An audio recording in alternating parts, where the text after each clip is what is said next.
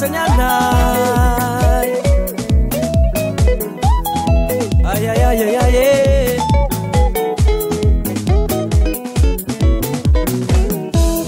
roapolo taona zao ny fiangonanay gary fety ilanonane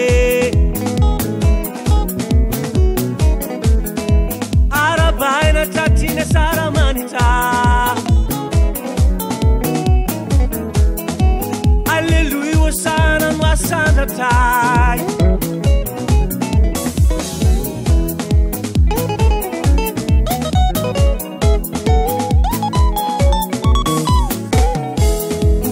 falina ni tsirairay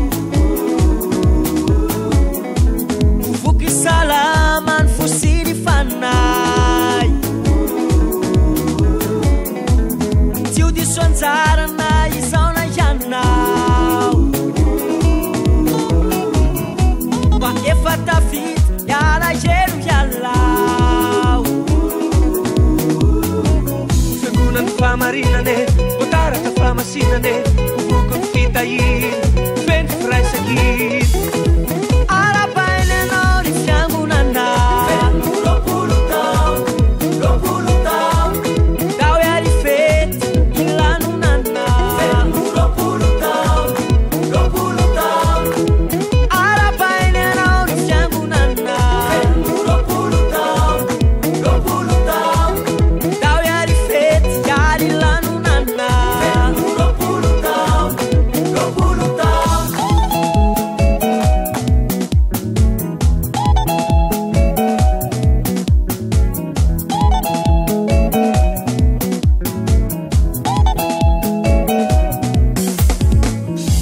nisetrany mafy miady ny sarotre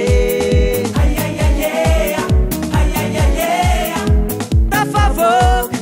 ompandrese isaoranay ny ray manakiza halleluia hosan halleluia mba izy no nialo lalana fiangonanay halleluia hosan halleluia fiangonany famarinane votaraka famasinane uvoko ny fitahiny feny firaisakiny arabainy anao ny fiangonanay roapolo taona dao iary fety ilanonanay roapolo taona arabainy anao ny fiangonanay roapolo taona dao iary fety iary ilanonanay roapolo taona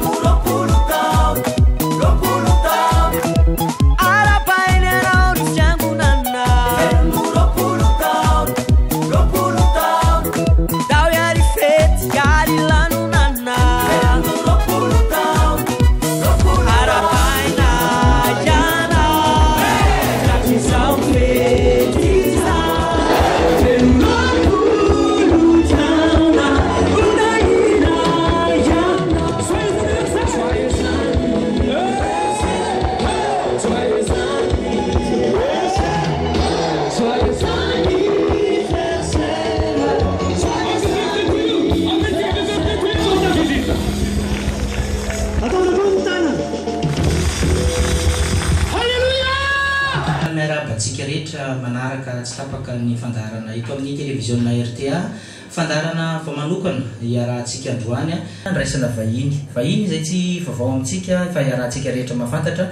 pasteur Mayol tonga soa eto amin'ny studio-ny radio RTA ianao sy ny télé RTA. Fa miaravatsika totokatrano to ny andro alina ty manaraka tsy tapaka ny télévision-na sy radio RTA zany pasteur Mayol tokoa mivahiny ato dia miarabany lanto zany mpanolotra ny fandarana miarabany tantine tonton eo ambony fandrina eo karana misakafoanana nareo sady mijery télé mirary nareo azotomana dia mba mamekely amin'ny pasteur fisakafoanana mahafinaritra mety manaraka ny tsy tapaka ny fandarana RTA ato tokatrano ato. Mety mboka mitsikitsiky ny fandarantsika ary ho faranantsika mitsikitsiky ihany koa hatrany amin'ny farany ny fandarana izay horenesintsika eto fandraisana vahiny ady hevitra sy tafatafa makasika ny raharam-pirenena misokatra amin'ny zavatra rehetrarehetra ny ady hevitrantsika pasteur androany voalohany angamba ny rahantsika ny ady hevitra dia hoe ny antony vahininao eto amin'ny studio ny radio sy ny télé RTA hitondra zavatra ho ambara ianao hitaritatsika ny resaka. Voalohany moa zany nisoratsika eo amin'ny RTA ny amin'ny fanasany satria matetika ny manjery rehefa tonga mifaritra anankiray na mifaritany dia tsy avelan'ny zareo andalo fotsiny fa hoe mandalo pasteur Mayol fa andao ararotona aloha anontaniana fa misy vaovao maro azo ifampiresana koa. Ka tonga eto Tomasina za zany ny antony-diako zany lanto dia voalohany indrindra vita le trano ny radio RMA zany dia hotokanana izy io amin'ny sabotsy ho avy izao dia nanasa ary zareo ny hoe vita ny trano pasteur efa tsy manofa trano tsony radio RMA amin'izao fotoana zao fa efa navita trano zay dia mba hitokana anazy dia mba manaso anao zany. Zay zany ny antony voalohany atongavako eto. Ny antony faharoa koa efa raha mahita efa fantatra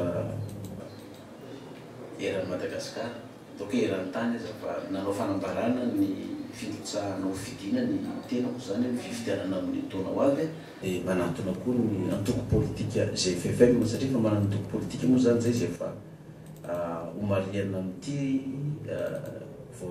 farany taona ty na amin'ny voalohany taona eo ny fahadimy taona nitsanganan'io antoko politika GFFM Gideona fandresena ny fantrana eto GFFM Gideona fandresena ny fantrana eto Madagasikara zany dia sady ampafantatra ihany koa ny mpikambana amin'ny antoko sy ny voakany Tomasina ihany koa ho an'izay mbola tsy mahafantatra an'izany filatsako fidiny pasteur Mayol zany zany dia mba hanazavazava le sosorotrasa hoentina amin'io le firotsahana amin'ny filoham-pirenena io zany. Zay zany zao anisan'ny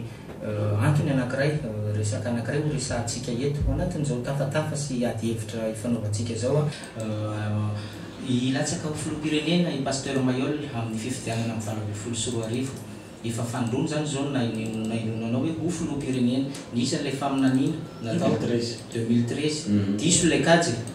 sa hoe inona natonga le izy tsy tanteraka tamin'ny voalohany ilatsaka ianao amin'ny 2018 mbola antanitsika rehefa aveo hoe inona ny antony mahatonga anao manery anao ilatsaka ho filoham-pirenena amin'ny taona 2024 indray. Marina le teny lanto hoe diso ve le kajy le faminaniana ny men'Andriamanitra zany tsy diso fa ny manerana n'le faminaniana men'Andriamanitra io mantsy lanto dia tia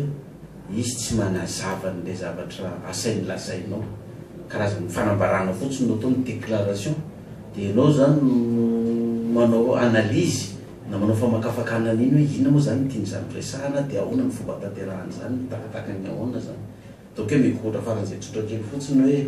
tsy mbola vaovao tsy ina le faminaniana politika ny men'Andriamanitra na fa iny nanomboka tamin'ny andron'ny professeur Zafy Albert iny moa fanotomandry iny zany ny hoe tamin'izany izy nitondra tamin'ny taona 1995 dia hoe hiavy professeur Zafy amin'ny taona ho avy 96 dia hiverina ny filoratsiraka teo aloha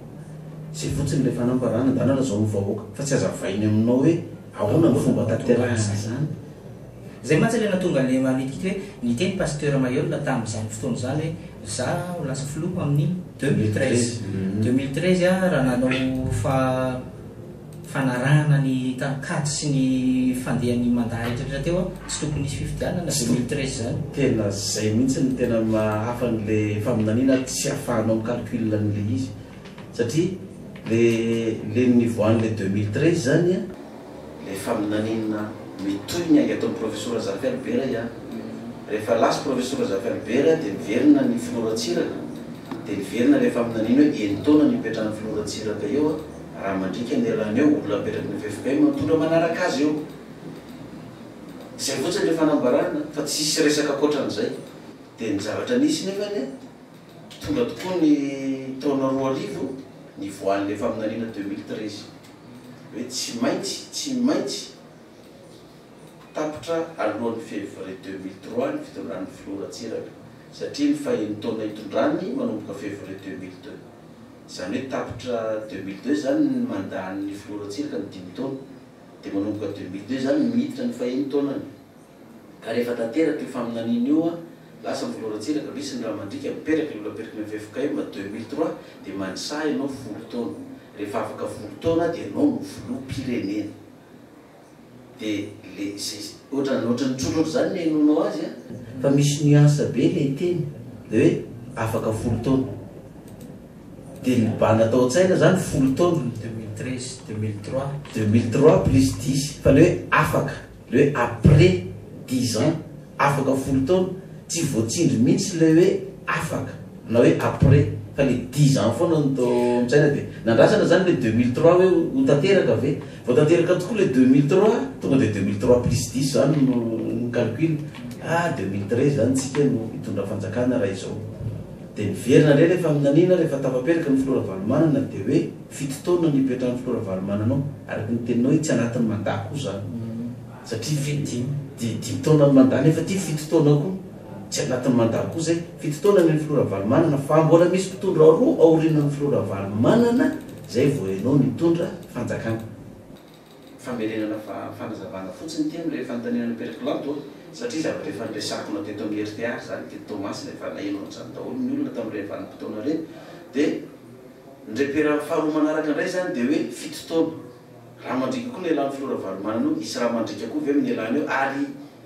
tsy atapitra mandavy zany ny filora valomanana amin'le mandat faharoa satria mbola mahazo tafitra mandat faharoa izy zany dia indray ny repera faharoa fa le 2013 zany miperaka teo foana zany tonga ny 2009 irahantsika nahita koa ny crise poka ny raha mandrika lasa ny filora valomanana 2010 am'izay ao anatin'ny titezamita nisy teny faneva atao amin'ny fiangonana apocalypsie hatramin'ny 2013 manomboka 2003 ka hatramin'ny 2013 manamboara vatsy fa efa afaka telona diditra mitany kanana zay nampanantenananareo ianareo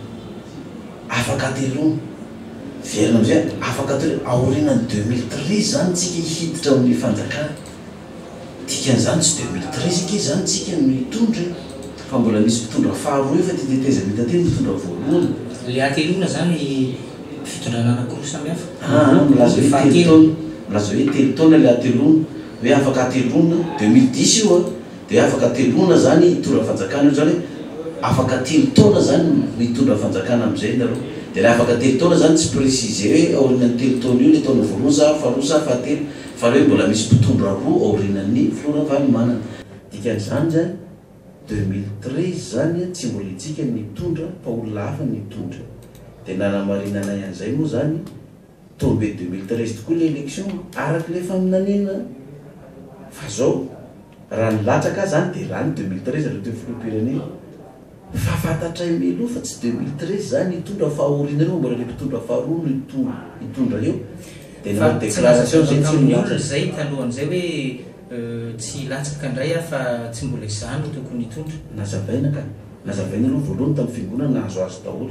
zany nampatonga ny hoe 2016 iny zay nanao 20e anniversaire tsy ombony collégium gakary ny olona hoe fa tsy tanteraka ve ny 2013 dia mbola mafeny collégium ihany raha rety fa nazavan'ny olona taloha zany zay nezaka ihany koa nazavana azy tamin'ny vahoaka ivelan'ny fiangonana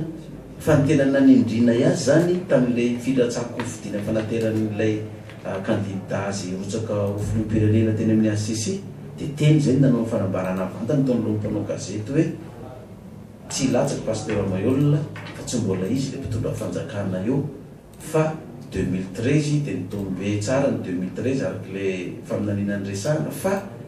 aorina nyty fanjakana faharoa ty vao tonga ny anjara ny dikan'izay tsy mirotsako fidina izy amin'ity 2013 ty fa ny faminaniana tsy diso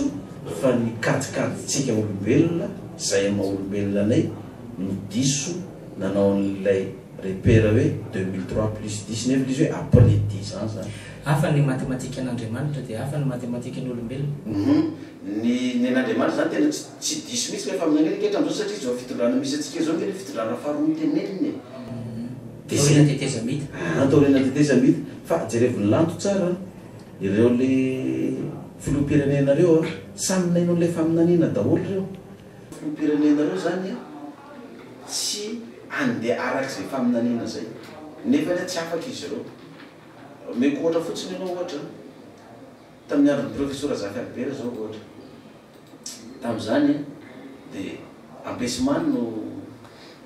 na afaka ny professeur Zafy Albert tao amin'ny fitondrana fa tamin'iny fotoana iny zao ny zavatra nitranga tamin'iny ampesiman ataon'ny député iny raha ny vidy député fotsiny filoha Zafy Albert zany 5 dia tsy voan'ny ampesiman satria majorité parlementaire tsy tao ny antoko politikany tsy tao ny antoko politikany vidy député 5 fotsiny izy dia tsy voan'ny ampesiman ny professeur Zafy Albert tsy nividy député na ny ray any hoe zaho izy tsy mividy député zany fa ny vahoaka ny tompony safidy rehefa voan'ny ampesiman za dia vo fa raha tsy vo za dia zao za mahafantatra ny zavatra natao zany hoe tsy corruptible mihitsy zany professeur Zafy Albert mandrapatonga an'izy notimandry iny zany tazominy foana ny azy ny heviny dia lasy professeur Zafy Albert dia nitsy ny filoratsiraka dia ny filoratsiraka indray fatany koa le faminaniana hoe raha mandrika no elany eo dia jerevi tsara koa fa ifiloratsiraka rehefa nanao autoproclamation filora Valomana hoe premier tour de vita tamin'ny 2002 dia efa nietreritra daholo ny olona rehetrarehetra na ny maramila sy ny tafika razana zandany hoe raha mandrika amin'izay io fa tsy anakeny hoe ny amiral Ratsiraka fa tsy nitifitry ny amiral Ratsiraka fa lasa izy nandeha taty Ambodatafana dia baraziny napetrana satria hoe marina ny azy hoe fa raha mandrika ve ny elany teo tamin'ny 91 dia mbola raha mandrika koa ny voany eo na dia zay aza ny faminaniana lazay pasteur Mayolo fa ina ny zavatra nisy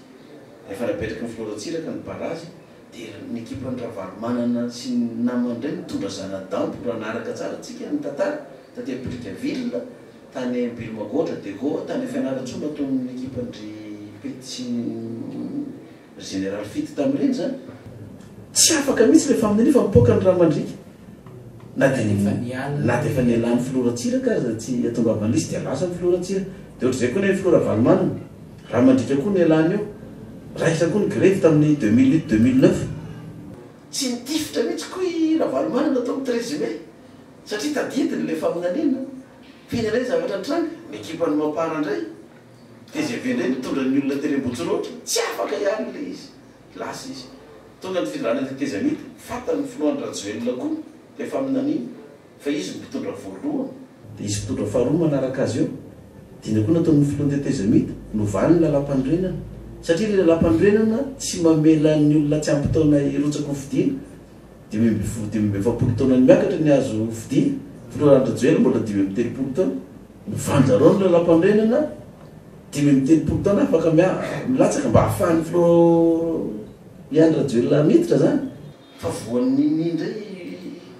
filohan'ny Rajoelina tsy afaka amin'le faminaniana ihany izy zany satria tsy izy tsony nitondra manaraka eo dia niditra ty fitondrana teteza mita ty azafady ty fitondrana SVM ty amin'izao fotoana zao ty dia rehefa niditra ty fitondrana SVM ty tsisy faminaniana azoko mihitsy hoe zao na zao fa ty hoe ty le mitondra faharoa zany efa niandry le atelo nareo miandry le aorinany ty zany fa le filazana tsy fantatra hoe rovina na rovina dia ty fitondrana ty efa hoe nieritreritry ny anova gouvernement tamin'ny gouvernement niova teo mihitsy zany dia fa tafiditra ato anatiny teo hoe mety ahazo ministère izahay zany efa nahazo fanambarana tamin'Andriamanitra miloha hoe amin'ny 5 ho ianao manao fanambarana fa ho apetrako amin'izay amonjy nyity firenena ty fa reko ny fahoriana sy ny fijaliany vaoaka malagasy dinanao déclaration zay tamin'ny sainy koa arak'izay miaina zay hoe tonga le fotoana zany dia zay na mba tonga le filatsako vidiana zany iny zany lanto tsisy nahafantatra mihitsy na ny communauté internationale na mpitondra teto toerana ny olona matsy ny efa naheno le tamin'ny 2013 le hoe apetraka ao filoham-pireneny pasteur Mayol 2013 tsy tanteraka le izy tamin'ny 2013 dia efa nanadino ohatrany hoe zay na tonga anao le tena hoe tsisy nanapo mihitsy ny olona tonga tiany 2018 fifidianana manaraka ilatsaka ao filoham-pirenena pasteur Mayol ilatsaka filoham-pirenena zany misy fomba fiteniny zay hoe gouverner c'est prévoir rehefa hitondra fanjakana dia efa tsy maintsy manomana zavatra amin'ny ankapobeny ny olona rehefa ilatsaka filoham-pirenena dia ny fandarana azy tetikasa mpandrosoana ny firenena anankiray tsy maintsy fimbino hoentina andeha monjana io hatreto fe zany aloha efa afaka milaza sady pasteur Mayol hoe inona ny tetikasa na zavatra ho vinavinainao hitondrana fampandrosoana ao Madagasikara marina zay teninao zay olona hitondra firenena zany matetika ny teto amintsika lanto ohatrany par accident daholo ny natongavan'le olona ny azy zany efa tany amin'ny taona 2 ny voahan'le fanambarana nanomboka teo zany ianao nefa nanomboka ny omana hoe inona moa zany projet de société hoentinao vina hoentinao anarenana ty firenena ty raha tonga tokoa ny fotoana fa tsy hoe tonga ny fotoana zay anao ve tay aiza ny vilany aiza ny toko ina no andrahoana dia zany nampatonga n'le antoko politika nefa nitsangana tamin'ny 2012 zava-misy hatramin'izay tsy inona efa tonga amin'ny fitondrana foana vao manangana antoko politika ny fanjakana zay tonga amin'ny fitondrana fa efa hita melo zany zay dia hoe dia mbola tsy tonga eo tsika dia aloha tsika anangana politika satria antoko politika satria le mpanao politika zany lasa manao mialatsiny am'le fitenena hoe mitatarakena fotsiny hoe arema zany zao andao hitra arema ndray vadika tim mandray tonga dia dia tim mandray zany zao dia lasa pasteky le mpanao politika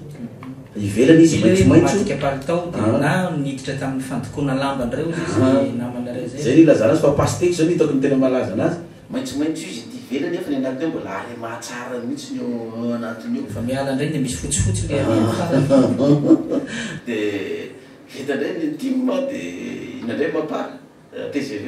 dia vadika any daholo indray zany le mpanao politika za tsy manome tsy ny mpanao politika fa zay ny ataontsika hoe ny fomba fanaovana politika eto amintsika zany fa naizany zany misy olona tena tsy miova mihitsy hoe tena arema izy dia tena arema izy PSD izy dia tena PSD izy hatramin'izao izy mbola arema misy olona tena tsy miova mihitsy izy na tsy eo amin'ny fitondrana zany ny antokony ary ny olona AKFM izay ara nefa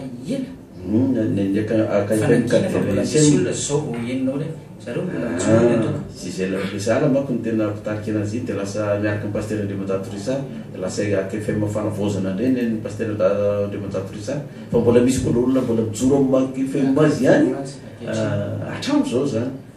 reny olona reny zany ny olona ataontsika hoe olona mpanao politika atao hoe matotra zany tsy voavidina toerana tsy voavidina vola fa dia mijoro amin'le antoko azy izy zany donc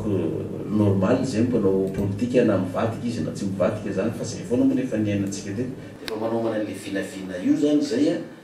rehefa tonga amin'ny fitondrana hoe inona moa zany no atao mazava ho azy anova zany anova ny politika eto Madagasikara ka tsy ny fomba fanao politika nisy hatramin'izay no atao fa miova amin'izay ny hatramin'izay tsy nange lanto ny mpitondra teto amintsika kristianina fa tsy mpitondra fivavahana fa kristianina atao hoe mpanao politika dia tonga amin'ny fanjakana dia vao mainka rasa tena mpanao politika dia manana mipaipakadiny amin'ny mampanao politika azy zay fa ity ndray zany iova le politika olona mpitondra fivavahana mitondra firenena dia efa manana heritreritra sady zany pasteur Mayol anova ny lalam-panorenana amin'izay fotoana izay mazava ho azy ity lalam-panorenana antsika ty ane be da be ny olona mitaraina aminazy io hoe tokony ovana io fa ny problème misy fotsiny zany ny amin'le amin'izao fotoana zao dia ny hoe le mpitondra fanjakana efa akaiky fifidianana vao anova le lalam-panorenana dia mitabatabandray ny olona menomenona hoe ho amboarina io lalam-panorenana ovana mba anaovan'ny mpitondra zay fomba rehetrrehetra mba ahafahany mbola miverina amin'ny fanjakana zay mampitabatabany le olona sy le mpanao politika zany fa io lalam-panorenana io raha ny tena marina samby resy lahatra dolo io tokony hovana io fa fotoana manao oana no mivana anazy za zany mahita hoe raha za manokana efa mipetraka le filoam-pirenena vaovao dia zay vao tokony hanovan'le lalam-panorenana mba tsy hisy nikatsikatso politika amin'le fifidianana zany dia raha anaova lalam-panorenana zany amiko efa nyresahako ohatra ny fanovanana lalam-panorenana tamin'ny teteza mita reny tsy référendum no atao fa fifidianana lalam-panorenana izany hoe misy karazana lalam-panorenana maromaro isafidianana eo dia misy ny olona sasany miteny hoe anakiroa hoe état unitaire dia sasany hoe fédéraliste ny anakiray za mahita hoe tsy tokony atao anakiroa fa tokony farafakeliny a 10 lalam-panorenana tokony mivoaka eo dia ny olona misafidy état unitaire ny anakiray zay mieritreritra hoe état unitaire no tokony mbola ampandrosiny dy firenena ty ny faharoa régime parlementaire ny fahatelo régime fédéraliste ty zany fédéraliste hoe zay tena ho zaza malagasy efa mpandrosona ny faritra tsiraray avy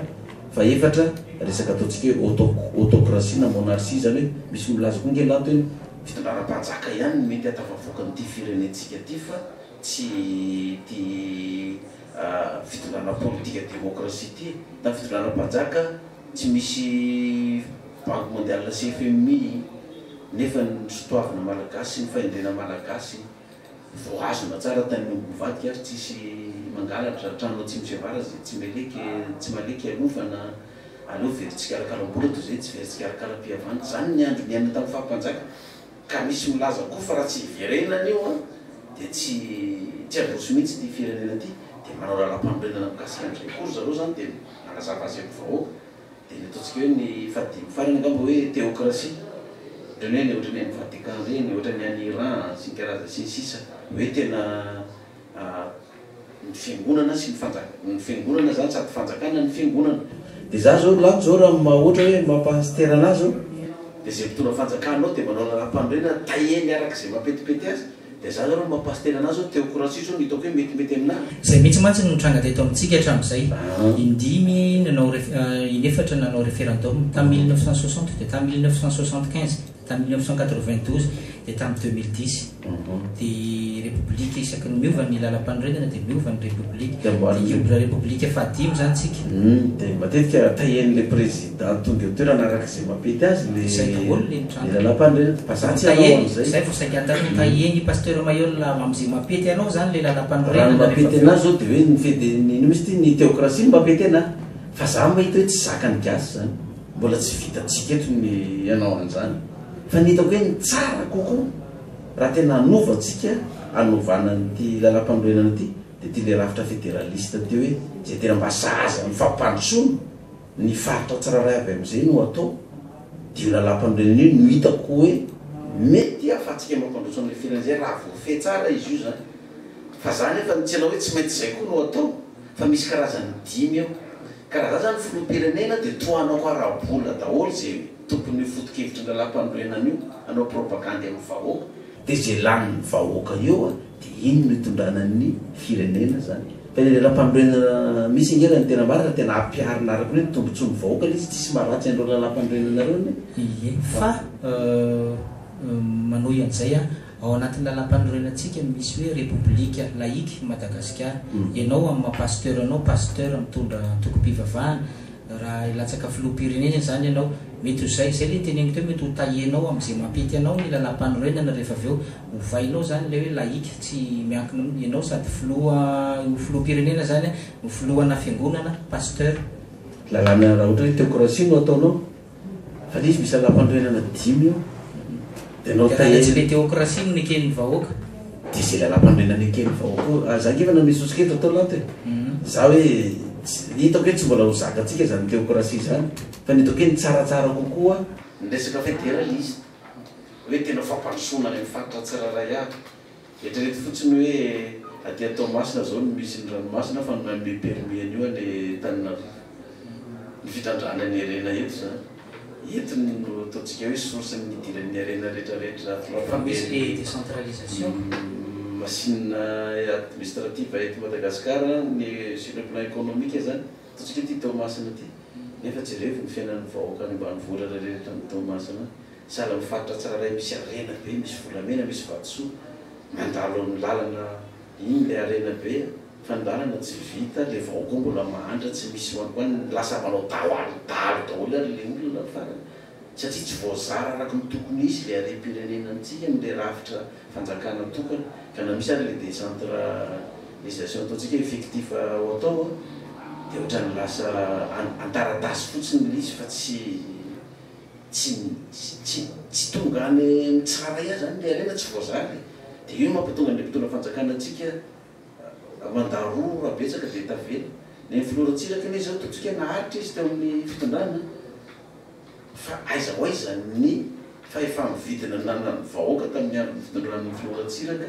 sy ny fahefan'ny vahoaka amin'izao fotoana zao fahefa-mividy amin'izao fotoana zao tena kao mihitsy le vahoaka amin'izao fotoana zao ary zany ary nampatonga ny filoratsiraka mbola tafaverina tamin'ny andro professeur Zaka satria diso fanantenany ny olona nanantena ny olona hoe rehefa miongana ny filoratsiraka dia hiamanga amin'izay ny lahatra fa hoety miakatra ty firenena ty ny slogan tamin'iny lahatra kanjo ny vidim-piainana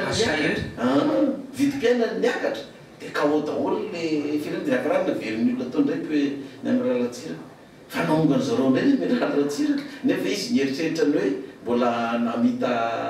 mandana anankiroa dia fa tafavoaka ny firenena dia janona amin'izay fa naongany voaka indray izy efa aminanina kokoa teo iverenako kely le resaka hoe théocratie teo raha anoro apiditra hevitra zany ianao hoe reto misy karazana nalapanorenana maromaro 5 efatra na enina dia ao anatin'le théocratie ny anankiray izy mampety anao amin'ny mampasteur anao raha fa tsy hoekeny'ny olona zay ozy izy anao mety mino fa tsy ho zakan'ny firenena eto amintsika zany fitondrana théocratie zany ianao nefa ny mampasteur anao pasteur Mayol misy an'ilay atoko atoko mpivavahana entinao ny lalam-panorenantsika mbola eo hatramin'izao ilay hoe firenena laïque Madagasikara tsy miankina amin'ny atoko-pinoana na atsy amin'izay fotoana izay ve zany rehefa lany eo anao dia hoterenao hivadika ao apocalypsie daholo ny malagasy satria ianao ny filohan'ny fikambandana apocalypsie dia ho filoham-pirenena amin'izay fotoana izay dia le izy aloha ny lafiny anankiray rehefa nytanin'ny lanto zay be da be tokoa ny olona mivoy an'izany tandremo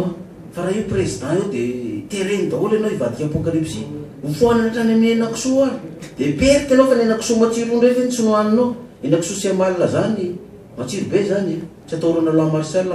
mampivezivezy amin'ny alina nefa hofoananao ny henakisoa sy amalina dia tsy afaka hivezivezy amin'ny alina zany zany dandraresahny olona tokoa zany dia ahoana lanto no impossible an'izany enao zao ve tonton tantine tsika tanora mpianatry université reto tsika mpiasa mpanjakana rehetrarehetra mienao amin'izao fotoana zao enao ve dia anaiky hotereko hivadika apocalypsie raha zany président izy ny olona anaiky an'izany ary tsy mbola misy président adaladala nke lanto nanao an'izany eran-tany tsika zao misy président katolika telo teto ataontsika ny filoratsiraka ny filozafy ny filoandrajoely tsika nenao n'izy ireo nyteny hoe dia katolika daholo am'izay ny olona rehetra mivadika satria zay ny président zareo tsy mopera tsy frère dia lasiko anao ny hevitsika ema koa zao nisy filora valomana vice président ny hevitsika ema filora valomana na ny filora beranala ratsiraona na ny filoera jonary mampianina reo hevitsika ema daholo reo fa tsy mbola naheno tsika hoe avadika hevitsika ema daholo ny olona ka ny mission nanirahana anazy zany tsy hamadika ny olona amin'ny fiangonana na ny finoana na hoe slamo hotereko hivadika kristianina na ny mpadala amin'ny fomban-drazana terena tsy maintsy hivadika kristianina koa na ny kristianina terena hivadika slamo na hivadika apocalypsie tsy izay le mission nanirahan'Andriamanitra anahy fa nanirahana anahy dia hoe hamonjy ny gasy amin'ity fahoriana ity sy ny fantrana tsy fandriam-palema io tanin'ny olona tany gasy ataon'ny vahiny sy mpanambola tsisy fiantrana mihitsy fa tonga dia adiny be samby fotsiny fangalarana tamin'ny olona zany dia amoaka ny gasy amin'izany nanirahan'Andriamanitra anahy fa misy olona milaza koa nofoanako ny fomban-drazana raha amin'ny mahapastera anahy raha za tonga eo hinona moa magasy ny gasy tsy ny fomban-drazana za bitsileo avy eo fianaratsoa ray avy amin'ny reno dia ny ray beko sy ny renybeko avy amin'ny reno koa taranaka prince mpanjaka avy eo fianaratsoa avy amiray koa ny fiaviana avy any voipe varitra sud-est zany Atsimo-Atsinanana zany taranaka mpanjaka avy Olokomby eo. Ny Raibe Komaiola io avy amin'ny faritra Tomasina aty teraka tao Marotsitra tamin'ny 1900 io Maiola tondrany anarana Maiola io. Dikan'izany manana ny fomban-drazana daholo izay avy any Marotsitra, avy any Fianaratsoa, avy any Voipe, fa tsy mbola niteny tamin'ireo foana ny fomban-drazana. Inona ny mahagasy ny gasy tsy ny fomban-drazana? Mampatanjaka ny Sinoa, mampatanjaka ny Japonais reo, na dia matanjaka takan'izy ny fomban-drazana ny azy tazono. Ahoana koa no amagasy anao no foanako ny mahafomban-drazana zavatra tsy possible zany. Raha manao an'izany ianao hoe foananao terenao ny livadika apokalypsy, foananao ny fomban-drazana amin'ny firenena anankiray. Tsy misy ray volana ianao ny fitondranao dia mionganao lany. Ka tsy izay ny misy ao anandranana. Fa ny olona moa zany, ny olona miteny zany hitako hoe manana kandida ho tohanana mpanao politika zany dia tsy mety aminy hoe mpitondra fivavahana dia aloha aratsina ihany le mpitondra fivavahana dia am'izay zany ny olona resy lahatra hoe aloha tsy mifidy an'io pasteur tsy fa tereny vadika apokalypsy tereny foana ny fomban-drazana. Fa za samy menina samy lokaloko amintsika an'izany fa tsy zany ny misy ao anandranana ary tsy hanao an'izany. Fa malalaka ny olona amin'ny fivavahana zay tia ivavahana rehetrarehetra. Ny olona ivavaka amin'ny fivavahana na katolika izy na protestant na zokony na zandra silamo aloha izy alalaka amin'ny fivavahana. Mpandala amin'ny fomban-drazana ny olona aloha izy anao ny fomba ny mahagasy azy amin'ny mahafomban-drazana ny fomba gasy azy. Fa malalaka daholo eto Madagasikara na dia pasteur ary any tondra fanjakana satria misy ao nandrahana na amonjy antsika amin'izao toerana zao. Ya zay indrindra ny hoe amonjy antsika hitantsika matsy zao hatramin'izao 7-10 taona zay ny fahaleovan-tena. Za zao mitovy taona amiko mihitsy ny fahaleovan-tena. Za kiray volana no fahaleovan-tena. Za 26 mai 1960. Izy 26 juin. Izy 26 juin. Za kiray volana fotsiny zany. 7-10 taona zay nahazoantsika fahaleovan-tena. Itsika no voakilasy ao anatin'ny firenena mahantra indrindra eto ambony tany. Nefa ny aty Afrika ihany koa taty amintsika ny firenena tsy nisy ady. Tsy nisy guerre civile, tsy nisy ady fanafiana fa dia nianahantra fotsiny tamin'izao. Mety mahalasa saina ihany hoe hanao miracle indray zany zao i pasteur Maiola hitondra fampandrosoana raha ohatra hilatsaka filoham-pirenena amin'ny 2018 satria ny fampandrosoana ny firenena ny fampiakarana ny ari-karena zany no tena masaka ao anatin'ny sain'ny olona hoe izay olona manana tetika azy ahafahana manao an'izay mahavitan'izay no mety eken'ny olona ho filoham-pirenena. Dia atreto zany zao no zavatra hita ny resaka be dia be ny karazana zavatra tsy mandeha. Misy antony hoe mitondra fampandrosoana ny fampianarana, mitondra fampandrosoana ny fahasalamana, mitondra fampandrosoana ny fananan-tany. Izay anisan'ny zavatra anankiray tsy mandeha eto amintsika ny fandriam-pahalemana. Raha aminao manokana manana tetikasa makasika an'izany ve ianao efa afaka lazainao sa hoe alao aloha tonga le 2018 dia hitantsika eo. Izy io zany ty firenentsika ty zany raha ny tena marina azo ampandrosoana tena amin'ny fotoana fohy dia fohy mihitsy. Misy namana miresaka, misy sinoa izy ireo, misy amerikana dia miresaka fa hoe raha nivoaka malagasy ray manontolo ohatra asorana teto Madagasikara rehefa ny Chine na rehefa ny Amerika dia tsisy malagasy trony eto na iray azy zany fa ny 22 millions lefa ny daholo dia zareo tonga eto amin'ny firenentsika 10 taona dia tratran'ny zareo ny ekonomian'ny sinoa ny amerikana. Dia any amin'ilay misy antsika indray iletika. Tsy hoe ilety zareo moa fa mandrosana zany efa tsy miletika trony izy fa anatin'ny 10 taona fotsiny izy zareo raha ny arenantsika eto izay tsy hananany zareo any dia fa azo ataony mampandroso azy fa potiky ny mpanao politika firenentsika satria ny mpanao politika izay tonga amin'ny fitondrana dia tsy manana kajikajy afa-tsy ny hoe 10 taona ihany mipetrahana eto andao hihinana arak'izay tratra fa raha miala eto ianao dia mandeha tongotra, raha miala eto ianao dia mahandra. Za zao lazaiko anao zao lanto misy olona miresaka amiko hoe ahoana pasteur ozy izy fa mba hevitra ao amin'ity ozy izy fa misy tontonay zay ozy izy mpanao politika ampandraraha izy tsy dia maka-toerana ministra zany ozy izy fa reny visible mora misaoty fa izy mpandraraha fa miliardera zany fa voanahinanao ilatsaka izy dia zao ny zavatra natao ny voriny zay fianakaviana ataovy ozy izy tsy alany io pasteur Maiola io raha tsy ho arak'izay tratra na any amin'ny Facebook na any amin'ny Twitter na any amin'ny mainline na any tsaikitsaiky daholo zay azo ren'le serasera-pifandraisana reny zany fa raha io ny lany io dia mahita lozo tsika de hoe mahita lozo ahoana itsika ozy izy efa zatra mihinana amamponao politika ambonao politika ary pirenena volam-panjakana na inona ino sy folo isan-jato mandritry ny fotoana zay mandaa anakiraha io ka raha eo lozy izy nitonga eo iny efa nasian'andriamanitra tamin'ny fafolo kareny io ho tereniny elahy hoe tsy mahazo mihinana ankoatra ny apafolo de mahanitra eto lahy mandritry ny mandaa ray raha apafolony ihany no hoanina amin'ny are-pirenena io de niteny ono zany le zalahy hoe ono atonton de anareo efa manakirena familiaritaire io de mbola tongisinareo sivifolo isan-jato foana ny vahoaka fa manina raha mba mena an'izay ny vahoaka de hoe karaha ty misy mpanao politika mijery vahoaka zany dimy taona ankeny mandaa raha farafelany hipetrahanao ka raha vao mijery vahoaka lahy de mahantra ny aly eo jereo zao professeur Zafiny zao no tena président république nahantra indrindra satria tsy mba nihinana nefa tsy nalany mandaa fisy zao président zay efa dimy taona tetezamita mba mafiato izy izy fa nihinana daholo ne sasany ary 5 isan-jato no hoanina sasany 5 isan-jato no hoanina ka raha i may olona io tonga amin'ny fitondrany eo tereny io la hoe apafolo de mahantra ito lahy raha apafolo no hoanina lahy de ahoanao izy pasteur mba fahitanao an'izany hevitra raha misy le olona zany mantsy ana zao navariko anazy lanto marina angeo an'io zany dadantonareo zany fa zay ne ny mpanao politika business ny azy io fitondrana io akana tombony akana bénéfice amindritry ny mandaa anankiray ka zay tsy mahay mihinana ozy izy araka ny tenenin'izay miala amin'ny fitondrana de mandeha tongotra na mandeha bajazy fa posy mandeha posy fa zay mahay mihinana de fa mandritry ny taranaka firy mandiby mety tsy hatra fa nivoaka maronisa me mahantra ihany ka marina ny anazy ao de io mampatonga an'andriamanitra ngeo izy safidy am'izay hoe asina olona ametraka olona am'izay amonjy ty firenena ty fa tsy mpanao politika intsony fa teto Madagasikara ka hoe mpitondra fanjakana tamitsika tsy mihinana fa tsy apafolony ihany zany fa ny 10 mba nomena ny vahoaka tsy nahandro ohatr' zao tsony any ny firenena malagasy ny vahoaka malagasy araka ny teneninao to hoe farany ambanitsika am'izao fotoana zao komoro ary tsy resitsika tsony am'izao fotoana zao ary mitotongana ny olona any andafy any ataoko hoe raisiko ohatra fotsiny taxi Mercedes Porsche Toyota Lux be reny miatsara zany ny azy ny taxi ny atsika mitotongana ny atsika 4L de chevaux de lasa bajazy de lasa posy de lasa taxi moto de lasa taxi bicyclette misy taxi bicyclette ny atsika ny olona miakatra ny atsika mitotongana zany hoe mivahoaka mitotongana fa mpanao politika mitondra fanjakana ndray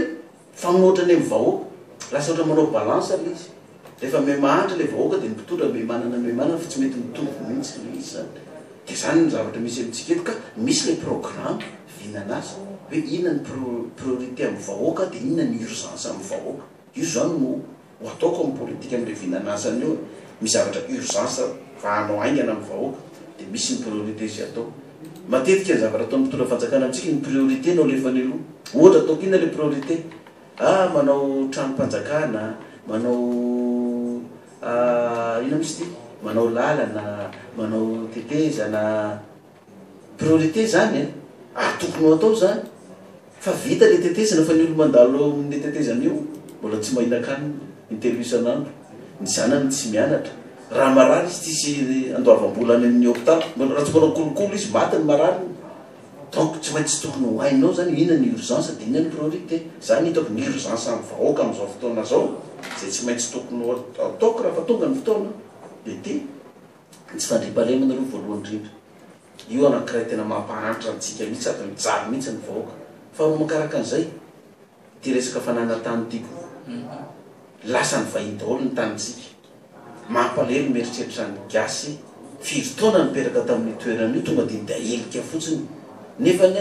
io fanoliana azy io tsy tombotsoany na ho an'ny firenena malagasy fa tombotsoan'ilay mpitantana fanjakana fotsiny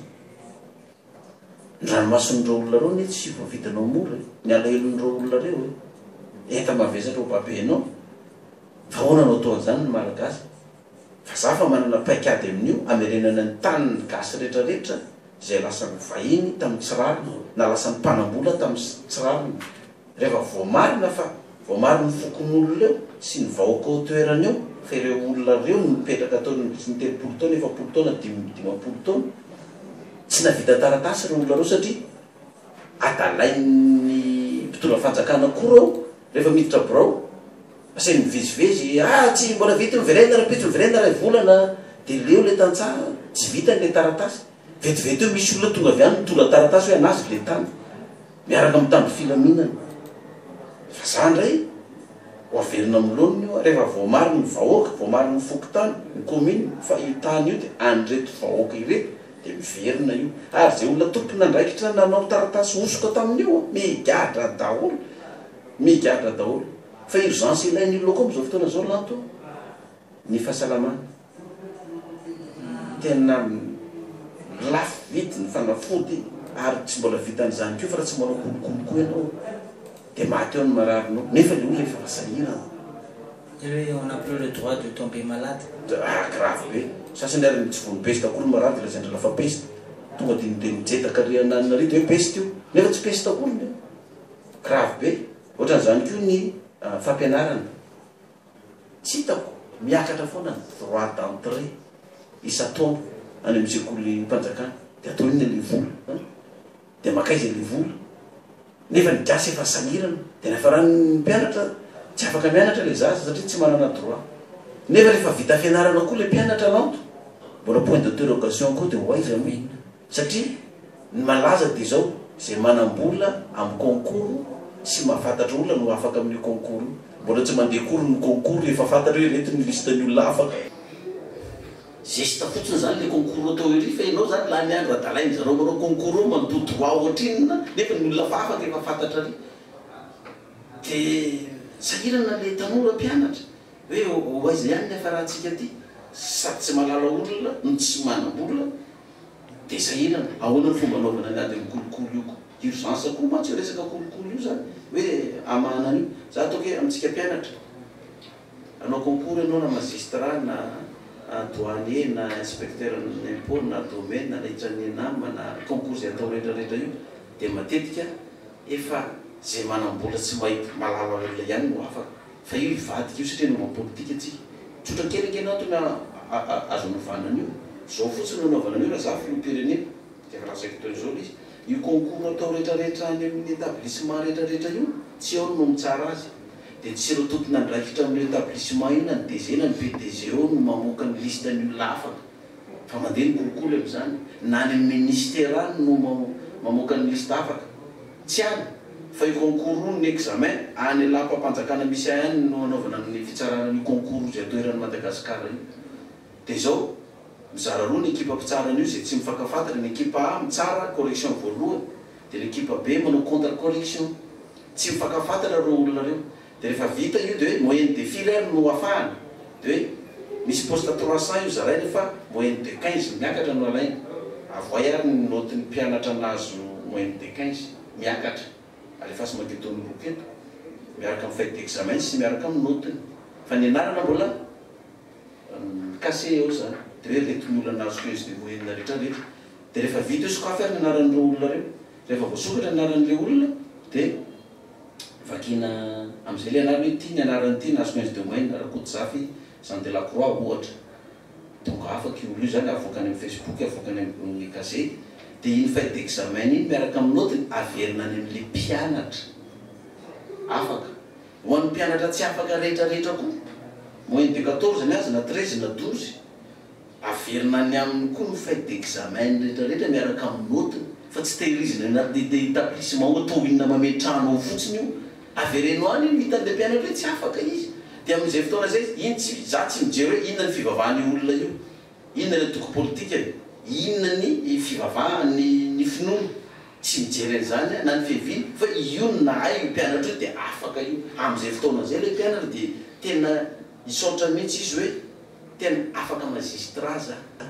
afaka inspecteur ny douane za natafiditra amin'ity concours na DG ty za tsy nandoa zany any araha fa tena fahaizako mihitsy ahoana ny firenena vahiny mavita an'izany ahoana tsika eto gasy de zanaky ny tantsaha sy ny madinika rehetrarehetra zany de tsy mba anana toerana ambony mihitsy ho tafavoaka mihitsy satria tsy manam-bola anaovana kolokolo na tsy mahafantatra olo ka nofa tsika ampandrosoana n'ity firenena ty urgence tokony no atao daholo zany amin'le politika zany raha fanontaniana hoe ahoana moa zany nivinanao hitondrana ty firenena ty fampandrosoana an'le firenena ao anatin'izany nifehezantsika ny arem-pirenentsika koa io arem-pirenentsika io tsy hotombontsoany olotokana na ny vahiny ihany no hitranga io fa ho tonga any amin'ny vahoaka mihitsy io zay mampitonga anao hitako hoe tsaratsara kokoa le rafitra federalista ho sahaza malagasy no ampiatrahana dia zay arena mandroso amin'le faritra io zay arena misy amin'le faritra io tsika no mitrandraka anazy na misy olona ifanaraka amintsika hitrandraka anazy io na firenena anankiray satria tsika tsy afaka nonona rereto dia atao mazava tsara ny fifanarahana hoe win-win ny anareo ny atsasany anay itsika malagasy koa manana droit mahita ny vokatra mivoaka io fa tsy atao ohatran'ny pipeline io tonga dia satria inana ny any am'izay mbola ray isan-jato koa ny anjaratsika tena mahalasa saina zany mba toetsaina manao na reny ny fifanarahana tamin'izany fa io arenantsika io rehefa tonga ny anjaratsika tonga dia azo anaovana lalana ny commune sy district rehetrarehetra iny ny anjaratsika anaovana cité hipetrahan'ireo olona reo panneau solaire anaovana école anaovana hôpital CSP2 io vola azo amin'io tsisy mandoa vola ny mpianatra na ny marary amin'io fa manao propagande alohan'ny fotoana zany projet de société le zany pasteur maio projet zany ka ianao ka nytaninao le vina amiko dia valiko izy manao propagande ndray fotoana zany tokony sy nanytaninao zany hoe inona ny vina hoentinao ampandrosoana eo amin'izay hoe fampandrosoana aloha le propagande fa nazaka iseny tsara le atao hoe manao propagande miteny hoe fidioa fa raha vao nanao déclaration anao ilatsaka fidina dia efa droanao ny manazavana ny olona ny sorosoritra azy hoentinao amin'ny firenena rehefa ho avy ianao fa tsy azonao atao no miteny fidioa fa ny olona miheny hoe zao no anaovantsika azy ataontsika an'izao io dia mena an'izao nareo dia atao izy dia zay le propagande mantsy fienoan'ny olona azy ka diso le fampiasan'ny olona anazy re zay fa ny atao hoe propagande milazan'le vinavinana azy izy dia fidioa zay no atao hoe propagande fa raha mbola tsy miteny anao fidioa dia pré campagne aty lazako hoe pré campagne pré campagne zany zay fa tsy campagne koa rehefa mba mampiresaka ny lanto fotsiny mahafinaritra dia zavatra anankiray isaky antaniko teo ihany koa mahakasika an'le hoe fiara-miasa sy fampandrosoana hatramin'izay teto amintsika na nanomboka nisy ny repoblika malagasy voalohany atao aorianan'ny fampanjaka zany fitondrana fampanjaka nisy firenena vahiny no nitarika nitondra antsika teto dia nanjanaka atsika dia avy eo ny fiara-miasa tamin'ny vahiny avy any ivelany na ny communauté internationale ireo zany misy fiantraikany be dia be eo amin'ny fomba fitantanana anisan'ny manery manova ny rafitra misy eto amintsika ny firenena avy any ivelany aiza ho aiza indray ny eritreritrao mahakasika amin'izay raha amin'izay fotoana zay marina zay ka marina zay mamarina zay lanto dia zao matetika mpitondra antsika zany natongavana fitondrana fifidianana fa nangalatra alatra no natongavana io alabato zany ary tsy vaovao zany aty Afrika indrindra eto Madagasikara dia fantatry ndreo firenena vahiny ndreo fa alatra ny natongavanao nefa le mpitondra tokoa fa tsy mety aminy tiano asorona ametrahany condition amin'izay hoe dia beraka anao tiany condition tsy maintsy arahano fa raha fa tsy anaraka ny tianao dia zay ihany koa ny anovananao satria alatra ny natongavanao ary zay mahasamy hafa n'le politika amin'ny mpitondra fivavahana sy ny politika ny mpanao politika tonga dia ametrahany vahiny condition fotsiny ianao hoe io ianao koa ndrotsaka maka volany aminy ko omenay vola fa ty engagement ataonao tsy tsy maintsy arahanao atonga eo ianao dia tsy afaka le mpanao politika dia zay ngefa tonga mpanao politika tonga amin'ny fitondrana manana fahefana izy eto fa tsy manana pahefana izy eo anatrehan'ny communauté internationale dia fantany hoe tsy hipetrahana ela ty dina no ataony ny lampo mihinana rak'izay tratra izy satria nahoana nandritra ny propagande izy efa nandany vola amina miliara be da be ny mena n'le vahoaka dia mpanao politika business ny azo io mampiasa vola izy rehefa tonga amin'ny fitondrana izy zany mirécupérer ny vahoaka amin'izay izy mandritry ny mandaha anankiray fa tsisy mijery vahoaka tsony eo fa rehefa tonga indray ny fifidianana dia manome kely ny vahoaka indray izy mampiasa vola dia mandritry ny mandaha ray manontolo indray any indray ny vahoaka vao mieritreritra ny azo zavana indray zany keny zao za efa manomboka hitantsika amin'izao fotoana zao manomboka manome ny fanjakana mizara zavatra be da be mitokana ary dia mpanao politika izay manana hoe mizara koa satria akaiky ny fifidianana fa ny vahoaka tsy mety tonga saina amin'izany fa io zavatra misy io amin'izao ihany io dia rehefa vita io dia 5 taona ianao mbola iletika amin'n'zao ihany ny fiainanao mandritry ny 5 taona satria le mpanao politika mizara vola amina miliara aminao io a ho récupéreny aminao io rehefa tonga ny fotoana mety manao lalana izy mety manao école izy mety manao tohatrano izy mizara baolina mizara maillot mizara vola sisa mizara kity propagande ihany io misy fa rehefa vita ny propagande any propagande 5 taona manaraka indray vao manantenany itsika vahoaka fa tsy isa-taona io a dia zao za na dia efa apetrako na ifidy anany ny olona na tsy ifidy anany finomana ny fifidianany fa za ndray tsy hanao fampelezana baolina na t-shirt na maillot na vola fa fampelezan-kevitra anao no ataoko ka io fampelezan-kevitra io dia amohanany olona n'izao programme lazay koa amohanany olona amin'ilay fantrano araka nantaninao atao le vina dia nazalazaiko le vina zina fa propagande melony zany ka tsy propagande zany fa pré-campagne zany satria amandritry nle roa volana anaovanao propagande iny tsy voazavanao eran'ny Madagasikara zany rehetrarehetra zany azay nanaovana azy hoe misy pré-campagne roa mbola tsisy lalàna mametra koa le pré-campagne hoe zao no tsy azo tenenina na zao no azo tenenina fa ny mazava fotsiny de hoe tsy azonao tenenina hoe fidioa ka za tsy hanao fampelezana baolina ho ana t-shirt na vola fampelezan-kevitra no ataoko dia zao rehefa lan'le vahoaka amin'le fifidianana dia tsy misy zavatra ho récupéreko any amin'ny vahoaka lanto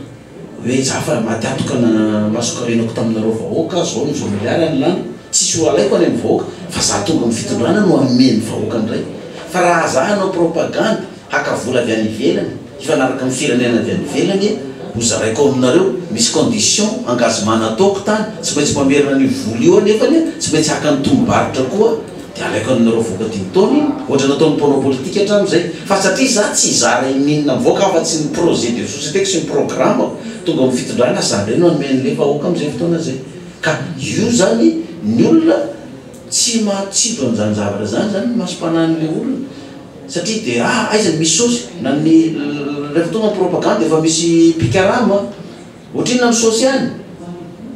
dia le safidin'le olona zany le sosy vetivety iny nefa tsy fantatry ny olona fa 5 taona itombo 5 taona indray ny fangalaran'ny olona ny taninao nio dahalo sy insécurité io zanakao hianatra io a mandritry ny 5 taona efa isondrotrina droit d'inscription ny droit alohany amin'ny kolokolo rehetrarehetra any kio tsy miaina ny lanto hoe fa mitombo foana io isa-taona raha 5 millions ohatra no ahafahanao concours tany aloha tany lasa 10 millions zao zay tokatra ny 100 millions no ahafahana concours anankiray dia 100 millions dia normal ny mpianatra iny raha tonga amin'ny toerana izy tsy maintsy anao kolokoloko izy satria mety namidy ny tanindrazany sy ny fananany natotona tarizy izy vo afaka n'ilay fanadinana dia tsy maintsy récupéren'iny aminao koa izy zany zavatra ianantsika eto zany zany ia le hoe fiarah-miasa amin'ny firenena avy any ivelany ny communauté internationale raha le nazavainao teo hoe misy olona anankiray milatsaka filoham-pirenena manao propagande mila fanampiana vary fa avy eo tsy maintsy voatery mamerina an'iny dia tratra le engagement amin'ilay firenena i pasteur Maïolina ve zany atreto raha manana vinavina ny latsaka filoham-pirenena amin'ny fifidianana 2018 tsy misy hoe fiarah-miasa amina firenena hafa avy any ivelany na ny communauté internationale na antoko hafa itoatana itotoerana tsika zany tsy afaka milololona ho azy fotsiny eto kosany tsy maintsy miara-miasa amin'izao tontolo zao ianao zany fa apetraka apetraka mazava le engagement ataonao za tsy hanao engagement amin'ny firenena vahiny hoe 10% no atsika dia 90 anazy tsy zay ny ara-baiboly fa ny engagement sy folo ny any vahoaka ny ampahafolo no an'Andriamanitra arak'le zavatra ndresako to zay ihany tokony izy zany raha ohatra ka hoe engagement natao fa ianao hoe fanaraka amin'ny firenena vahiny koa tsy anaiky an'izany keo raha hoe ny ampahafolony ihany nazy fa ny sivy anao izy ampiasa vola betabeta fa farafaratsiny hoa win-win ka anaiky anao atsasany raha hoe tena ngeza be ny investissement ataony zareo hoe atao ampandrosoana atsika dia farafakeliny mba 30% moa ny atsika mandritry ny 5 taona na 3 taona fa orinan'izay dia miakatra 50% amin'izay rehefa avy eo zany efa overiny zareo ny volana tsy maintsy mifandray amin'ireo anao zany ny politika an'zareo zay efa misy eto dia tazonina hoe io ny politika anareo io ny tombontsoanareo tazonareo fa azao kosa handray tombontsoanay vahoaka malagasy kosa zany zay aloha mba inana ko zay ho anay mba ho tonga anaty vilaniny tsiraray avy mba ho tsapa mivoaka malagasy tokoa ny fampandrosoana de zay le politika zay manko tena misy miteny hoe mpitondra fivavahana zany tsy tokony anao politika fa ny politika mitondra fivavahana de ny politika mpanao politika raha vao miditra ao mitondra fivavahana de maloto mahay mbo satria ao halatra politika zany tsy maintsy mangalatra politika zany tsy maintsy manao kolokolo politika zany de ny fitiavatena ka ina ny dira mitondra fivavahana ao fa mpaminany sandoka zay milaza mitondra fivavahana hitondra firenena zany fa tokony mijanona any am-piangonana any de za moa mahatentsika ty hoe mijanona any am-piangonana any de mihinana fafolo-karena fotsiny any de efa milamina fa aza mitikitra amin'ny raha politika tsisy tokony dirany mitondra fivavahana zany za zany tena milaza ny tena diso zany fa zay hoe diso zato isan-jato zany satria zao io baiboly ray manontolo ao de politika koa no anatin'io ao nge misy fitondram-pajakana nge baiboly io de misy fitondram-pajakana miongana ao de misy fitondram-pajakana mipetraka eo misy politika na toe-karena ao anatin'io baiboly io misy politika na maramila ao anatin'ny baiboly io lazay mihitsy anisan'ny tafiky ny davida ny saoly zao nisan'ny maramilany zao nisan'ny filistina ny fitaova-bedinananany misy ty politika ny fahasalamana koa fa gratuit ny fahasalamana ao ny baiboly tonga de zay marary ivavahana de sitrany misy politika ny sakafo koa resaka fambolena vary sy ny sisa miresaka an'izany hoe tsy nanananiko anina reo olona be rabe reo de mofo dimy sazan-dranobo fotsiny ataon'ny jesosy ho no vaniny na voky ny olona tsy omby dimy arivo de jerevy tsara ny politika ny mpanao politika tsy mitovy amin'ny politika ny fiangonana ny politika ny mpanao politika raha vao fitondrana raha vao tsy mangalatra izy de mahanitra miala eo fina ny politika amin'ny baiboly asa mangalatra izy ny baiboly famohitra mihitsy zany samy politika io ndray politika mangalatra ndray politika tsy mangalatra fa tsy hoe koa tsy politika ny tsy mangalatra fa politika zany efa mifanjakana ina politika mpanao politika fitiavatena ihany ny azy io arem-pirenentsika io angoronan'ny vahiny sy ny mpanambolan'ny tanitsika io politika fangoronan-karenany io fa ho an'ny tenany zareo fa tsy hotombotson'ny vahoaka fa ina ny politika ny baiboly tiaviny namanao taka ny tenanao raha mihinana be anao mpitondra fanjakana io miobetsaka koa ny vahoaka raha mampianatra ny zanaka ao any an-dafy ianao afaka mampianatra ny zanany an-dafy koa ny vahoaka raha mitsapoteny ianao any an-dafy afaka tokony mitsapotena any an-dafy koa ny vahoaka zay ny politika ny baiboly zany politika mpanao politika valifaty no atao nataonao sesitany sesitany koa anao tonga ny fitondrana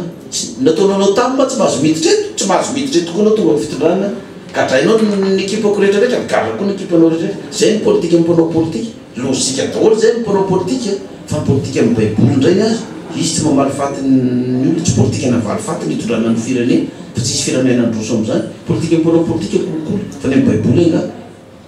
tsy mandray kolokolo sady tsy manome kolokolo de aozy izy ny olo hoe tsy tokony anao politika ny mitondra fivavahana ny fiangonana fa alao zany mpanao politika itsika fiangonana zany itsika mitondra fivavahana ve zany de ho gejain'ny mpanao politika foana atsika hatramo zao amin'ny politika ataon'io fito amin'ny dimapolo taona atsika teto hatramo zay zao ny fantrahantsika mpanao politika foana fa raha politika ny baiboly io mba nampiasaina teto hatramo zay efa ely ty firenentsika ty nandroso taona ny japonais sy ny sinoa io ia mbola manana 10 minitra itsika pasteur Mayol alohan'ny amaranana ty fandarana manokana ity inona ny zavatra mbola azontsika resadresahana manao anatin'izay 10 minitra zay za zany mahita zany lanto azo atao zany mampandroso ty firenentsika ty fa niady eto am'ty firenentsika ty zany raha ny tena marina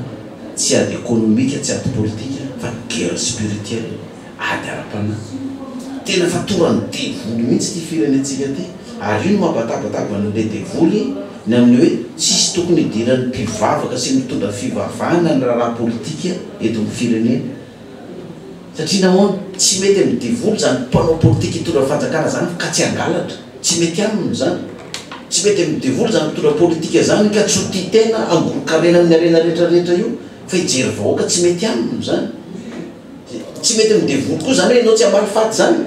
tsy mety aminy zany tsy politika andrala zany de zany ady ara-panahy mihitsy zany niady eto amin'ity firenenantsika ty ka raha tsy mbola olon'Andriamanitra manana ny pouvoir io raha tsy iraka Andriamanitra mihitsy no migadona eto amin'ity firenentsika ty amonjy atsika de za lazako aminao lany fa mbola ny eo ihany no eo za moa de milaza ny olona hoe raha tsy mety aminareo mitondra fivavahana mbola misy mpanao politika be da be azo isafidiananareo zay mbola tsy fay zay mbola tsy leo de averenao foana le mpanao politika fa za nge raha ohatra ka tonga fotoana hoe tsy tafiditra am'izany tondra fanjakana zany sanatry ny vava hoe tsy tonga am'izany zangy miverany amin'ny fiangonako lanto misy olona mako miteny hoe raha tsy lany aho renao zany de ahoana tsy hopotika ve fiangonanao io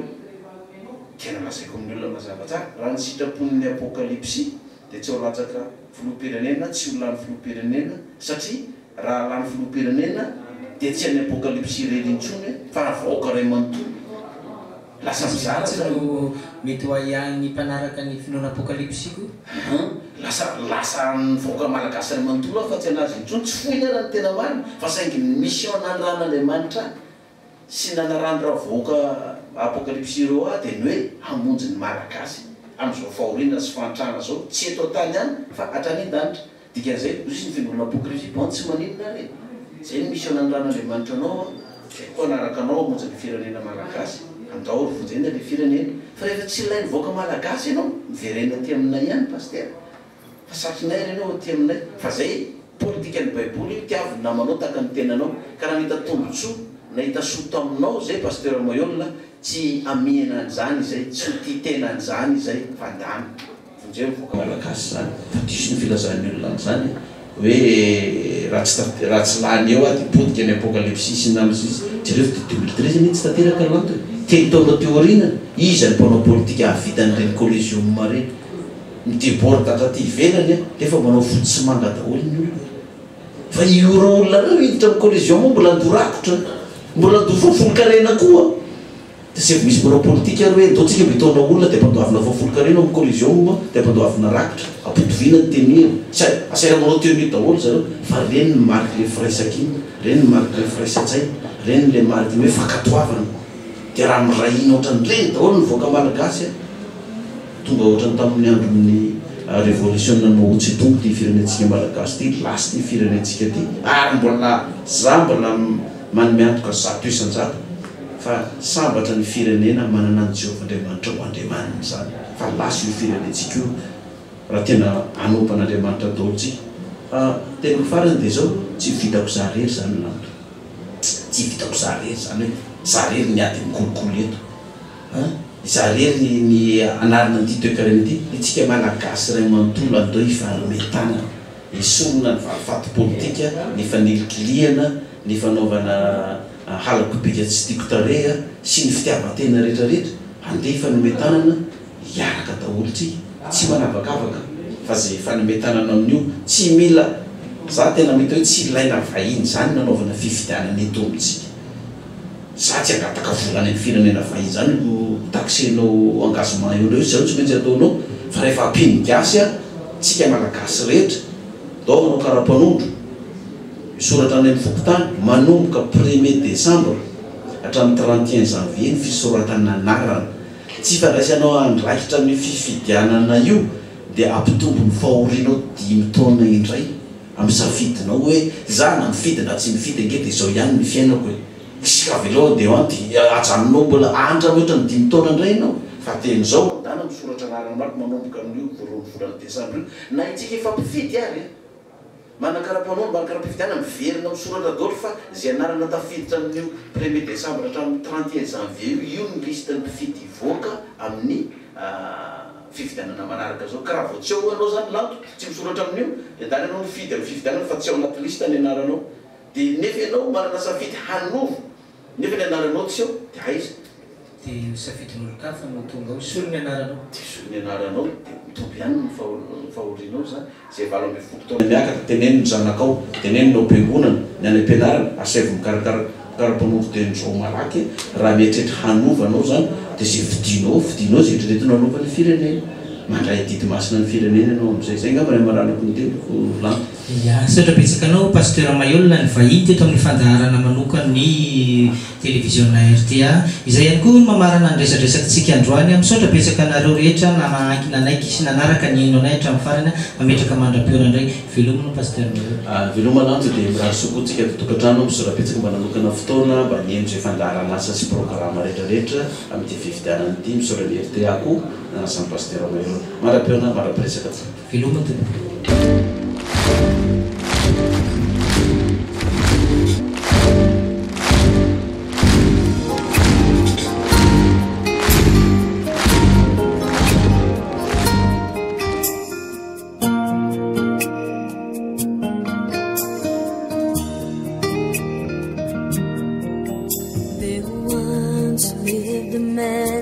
called John the Baptist, a mighty prophet of God was he. He came preparing the way for Jesus and gave his life up so completely. Then one day he's taken to prison, and for this gospel he will lose his life. John said, "Oh Lord, are you the one, or is there someone else to come?" But Jesus only gave him this reply. He said, "Blessed is he who's not offended in me, who lays down his life for my will." And even though it's hard to understand the big picture in my plan, blessed is he who loves me still.